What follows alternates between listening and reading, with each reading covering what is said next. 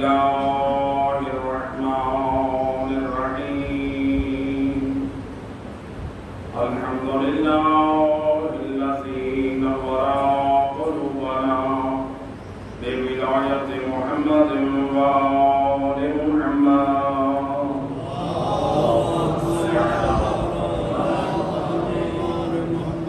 الصلاة والسلام على أشرف الأنبياء والمرسلين وخاتم النبيين والقاسم محمد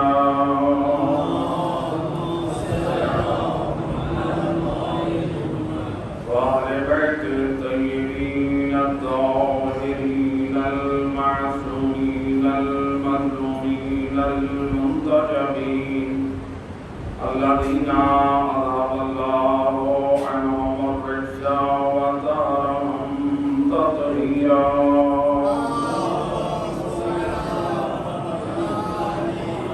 واللعنة الدائمة على أعدائهم أجمعين من يوم ظلمهم إلى يوم الدين أما بعد فقد قال الله تبارك وتعالى في كتابه المجيد والفرقان الحميد وقوله الحق بسم الله الرحمن الرحيم يا أيها الذين آمنوا إن تنصروا الله ينصركم ويثبت أقدامكم صلوات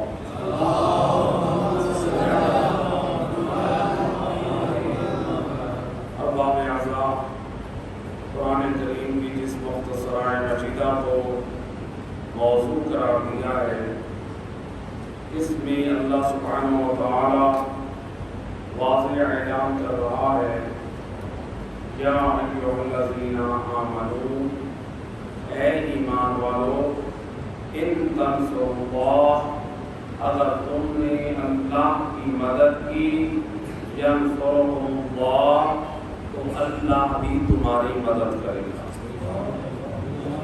اگر تم نے اللہ کی مدد کی یعنی اللہ کے دین کی مدد کی اللہ فرماتا ہے کہ پھر میں اللہ بھی تمہاری مدد کروں گا بھئی اللہ اے اللہ تو کیسے ہماری مدد کرے گا فرماتا ہے وَيُثَبِّتْ أَقْدَامَكُمْ میں اللہ کی مدد کی کیفیت یہ ہے کہ دنیا تمہاری مخالفت کرتی نظر آئے میں تمہیں ثابت قدم رکھوں گا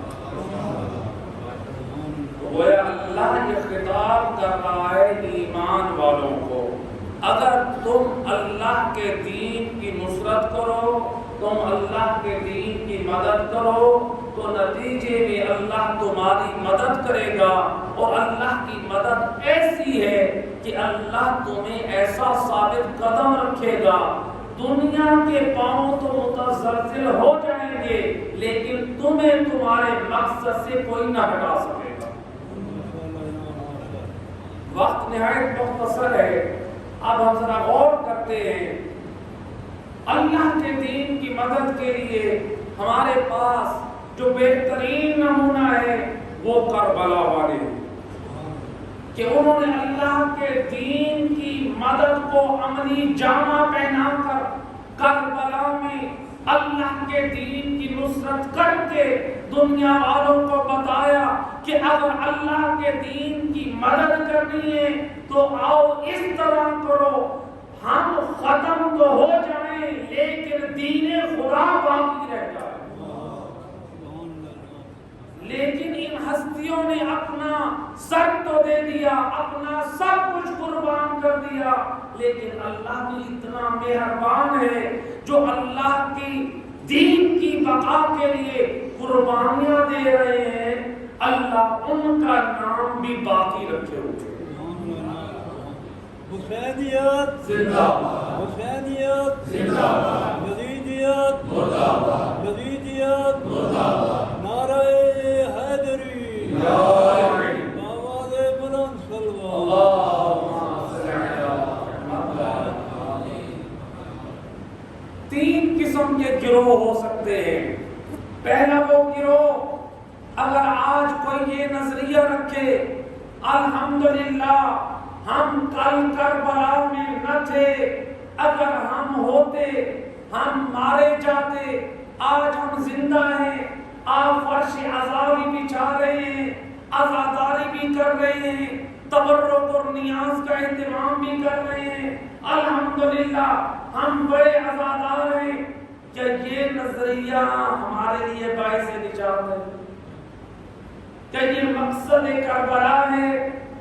نہ میرے دوست، ہمیں ملتا ہے تاریخ کربلا میں ایک شخص تھا عبید اللہ بن حر جعفی، جو زہرا کا لالا حسین ابن علی جب کربلا کی طرف آ رہے تھے تو بنی مقاتل کے مقام پر یہ عبید اللہ بن حر جعفی اپنے خیمے میں تھا۔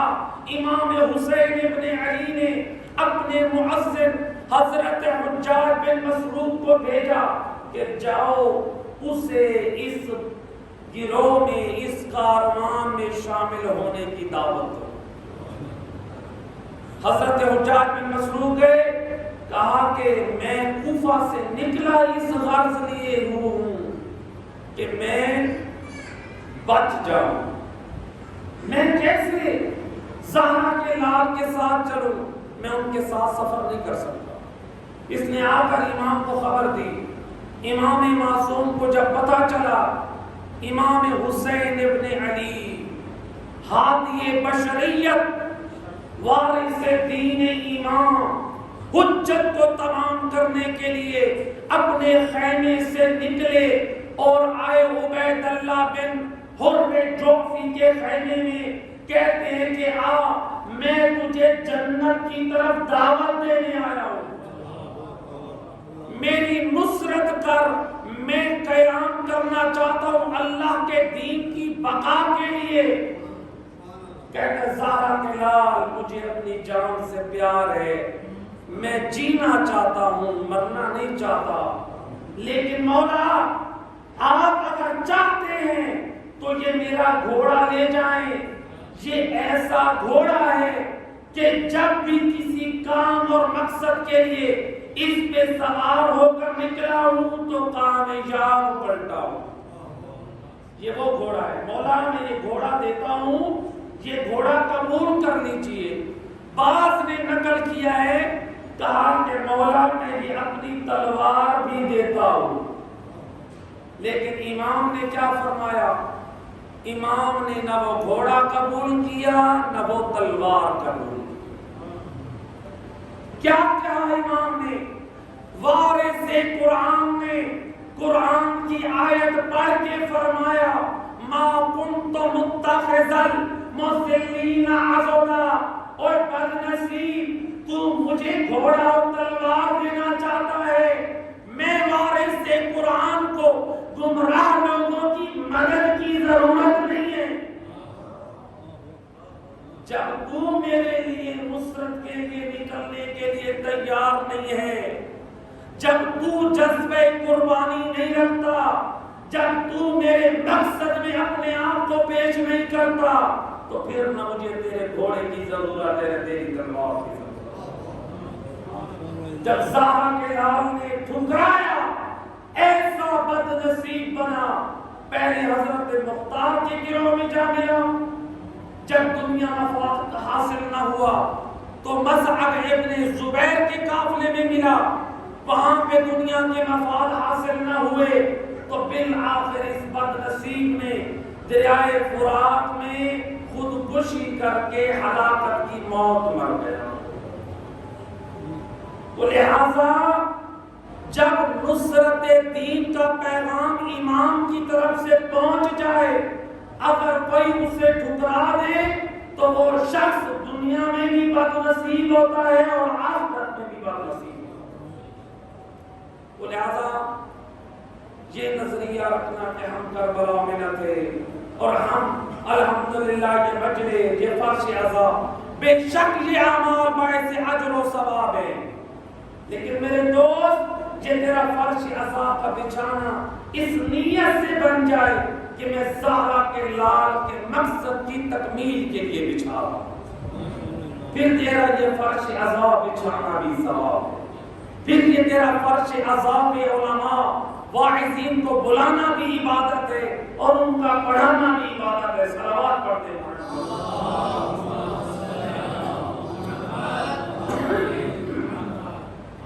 دوسرا گروہ، اگر کوئی یہ کہے کہ کاش میں کربلا میں ہوتا لیکن آج وہ میدان عمل میں پیچھے ہو، یعنی یہ تو کہہ رہا ہے کاش میں کربلا میں ہوتا لیکن آج وہ خود کہتا کچھ ہے اور کرتا کچھ ہے،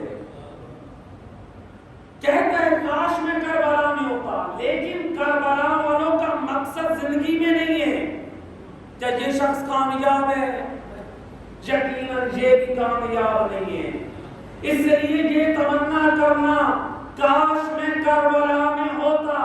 کربلا والے وہ تھے کہ جنہوں نے اپنی جان کو قربان کر کے اللہ کے دین کی بقا بخشا ہے۔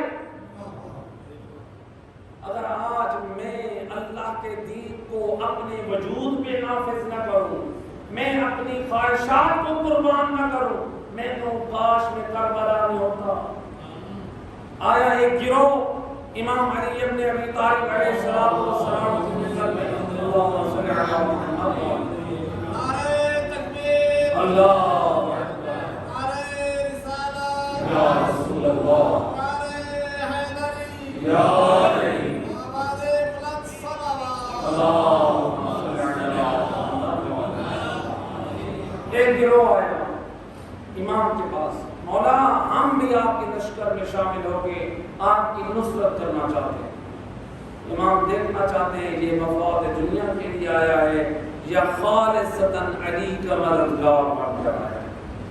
فرماتے ہیں ٹھیک ہے، تو نے کل جو ہے اپنے سر کے بال مڈا کر آنا۔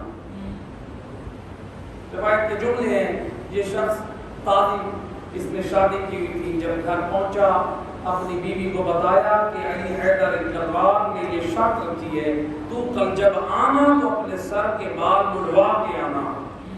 زوجہ نے سمجھایا یہ کیا کر رہا ہے، تو اپنا امامہ یہ رومال سر پہ اس طرح سے باندھ، کیا خبر ہوگی، یہ نہیں جانتا کہ یہ قوم ہستیاں۔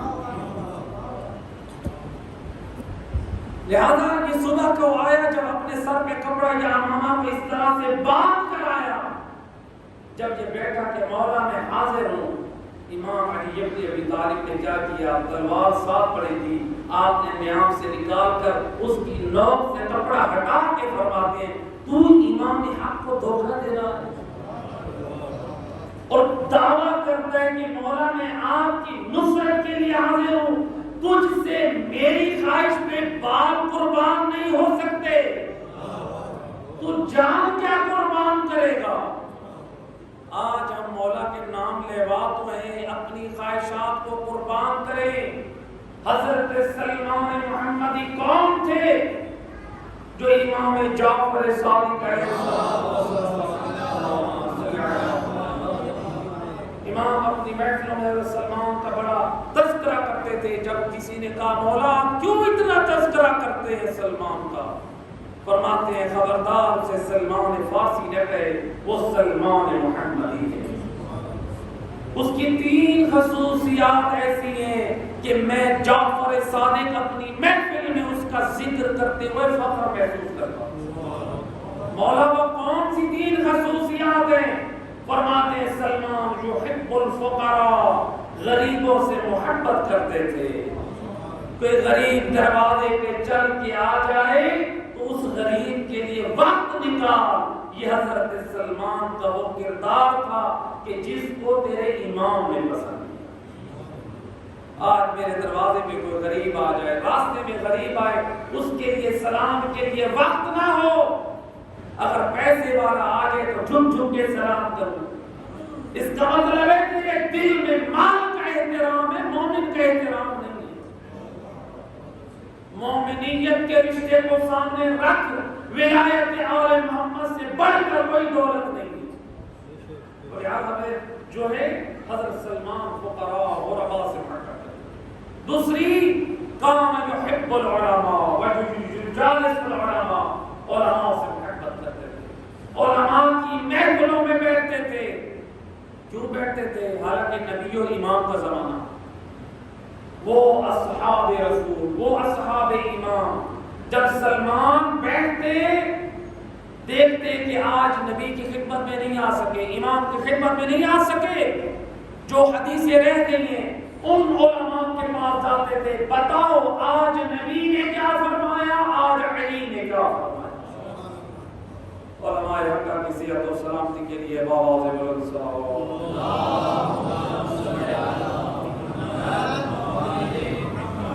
اور دیگر بابا سے بلند صلوات.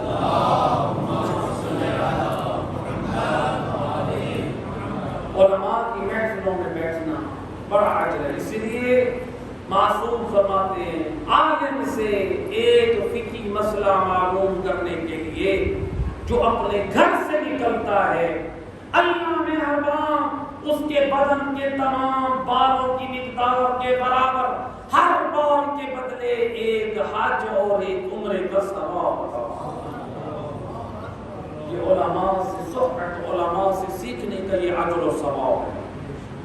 تو لہذا سلمان کے اندر خصوصیت دوسری یہ تھی. امام فرماتے ہیں اے سلمان پہ اعتراض کرنے والا آج سن، سلمان کون ہے؟ سلمان وہ ہے کہ جس نے اپنی خواہشات کو علی ابن ابی طالب کی خواہشات پہ قربان کر دیا.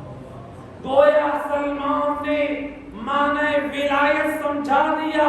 اے ولایت علی کا نعرہ لگانے والوں، ولایت علی نام ہے اپنی خواہشات کو علی کی خواہشات پہ قربان کرنا.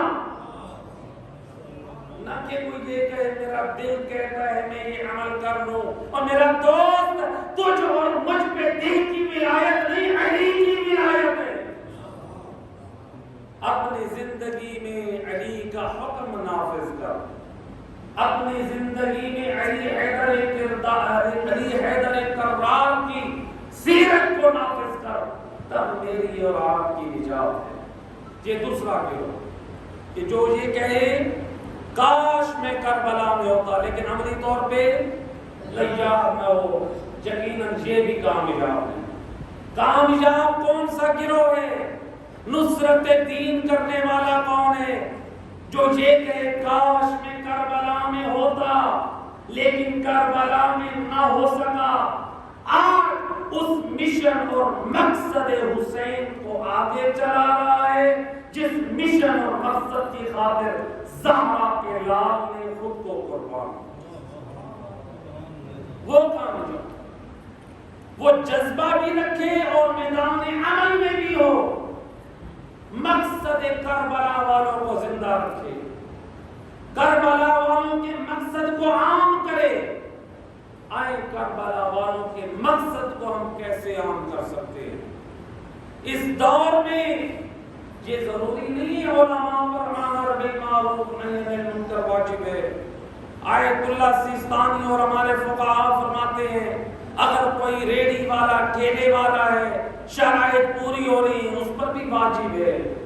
اگر کوئی ڈاکٹر ہے، اگر کوئی انجینئر ہے، اگر کوئی ملازمت والا ہے، اگر کوئی مزدور ہے، چاہے وہ کوئی عالم ہو، کسی بھی شعبے سے تعلق رکھتا ہے، اگر امر بالمعروف اور نہی عن المنکر کے شرائط پورے ہو رہے ہیں، اس پر دین کا پیغام پہنچانا واجب ہے. کیسے ہماری ذمہ داری؟ آیا ایک شخص امام جعفر صادق علیہ السلام یبن رسول اللہ ایک پریشانی ہے. کون سی پریشانی ہے؟ مولا میں اپنے گھر والوں کو، اپنے رشتہ داروں کو، اپنی اولاد کو، خاندان والوں کو دین کا پیغام دیتا ہوں، نماز کا حکم دیتا ہوں، پردے کی بات کرتا ہوں، جھوٹ سے روکتا ہوں، حلال کا حکم دیتا ہوں، حرام سے روکتا ہوں. مولا میں دین کی بات کرتا ہوں، وہ میرا مذاق اڑاتے ہیں. مولا میں پیغام دین دیتا ہوں، وہ میرا مذاق اڑاتے ہیں. آج ہماری بھی یہی حالت ہے. ہمیں اپنا پیغام دینا چاہیے، چاہے وہ آپ کا بڑا بھائی ہو، چاہے وہ آپ کا والد ہو، چاہے گھر میں کوئی بھی ہو، آپ کا حق بنتا ہے پیغام دین دے۔ اگر وہ عمل نہیں کرتا بارگاہ الہی میں وہ مجرم ہے۔ ہمارا شرعی فریضہ ادا ہو جائے گا، کل میدان قیامت میں ہم سے پوچھا جائے گا بتاؤ تم نے اپنا فریضہ ادا کیا؟ تو لہٰذا کہتے ہیں مولا میرا مذاق اڑاتے ہیں، امام فرماتے ہیں تم کیا چاہتے ہو؟ میدان قیامت میں انبیاء کے ساتھ معشور ہونا چاہتے ہو یا عام لوگوں کے ساتھ معشور ہونا چاہتے ہو؟ تعجب سے پوچھتا ہے اے فرزند رسول، کیا کوئی ایسا عمل ہے کہ میدان قیامت میں انبیاء اور آپ ائمہ خدا کے ساتھ محشور ہوا جائے؟ امام علیہ السلام فرماتے ہاں ہے۔ کہا مولا وہ کون سا طریقہ؟ امام فرماتے ہیں اگر کوئی شخص امر بالمعروف نہی عن المنکر کرتا رہے، دین کا پیغام دیتا رہے، جبکہ اس کے خاندان والے، اس کے رشتہ دار اس کا مذاق اڑاتے رہے اور یہ دین کا پیغام دیتا رہے، ایسا شخص میدان قیامت میں انبیاء اور ہم ائمہ خدا کے ساتھ معشور۔ چونکہ انبیاء کو بھی لوگ پتھر مارتے رہے، ہم اہل بیت پہ بھی ظلم کرتے رہے، لیکن ہم اللہ کا دین کا پیغام تو دیتے رہے، ہم اپنے مقصد سے پیچھے نہ ہٹے۔ اس دین کی بقا کے لیے زہرا کے لال نے بڑی قربانی دی۔ اجرکم علی اللہ زادہ روزی عاشور زہرا کا لال حالت سجدے میں اللہ کے دین کی بقا کے لیے حسین سب کچھ قربان کر چکے۔ جب حسین حالت سجدے میں ہے، روایت کہتی ہے یحییٰ شمر لعین ہر طرف سے اشقیاء زہرا کے لال کے حملے پہ حملہ کر رہا ہے۔ یہ ادھر سے شمر لعین نے ایک بے ادبی کی، روایت کہتی ہے وَجَلَسَ عَلَىٰ صَدْرِ الْحُسَيْنِ، یہ شمر لعین اپنے جوتوں سمیت سینے حسین پہ چڑھ بیٹھا۔ اتنی بے ادبی، یہ فقط جوتے نہ تھے، علامہ کاشی النجفی نقل کرتے ہیں شمر لعین نے جو جوتے پہنے تھے وہ جنگی لباس میں لوہے کی میخوں کا بنا ہوا جوتا۔ وہ لعین جب سینے حسین پر چڑھ بیٹھا، ہے گھوڑوں کی ٹانگوں سے پامال بعد میں ہوا، ہے شمر لعین نے اپنے ہے جوتوں سے صدر حسین کو پامال کرنا شروع کیا۔ اجرکم علی اللہ زادارو، روایت کہتی ہے یہ لعین ہے اس نے کیا کیا، وَأَخَذَ لَحْيَتَهُ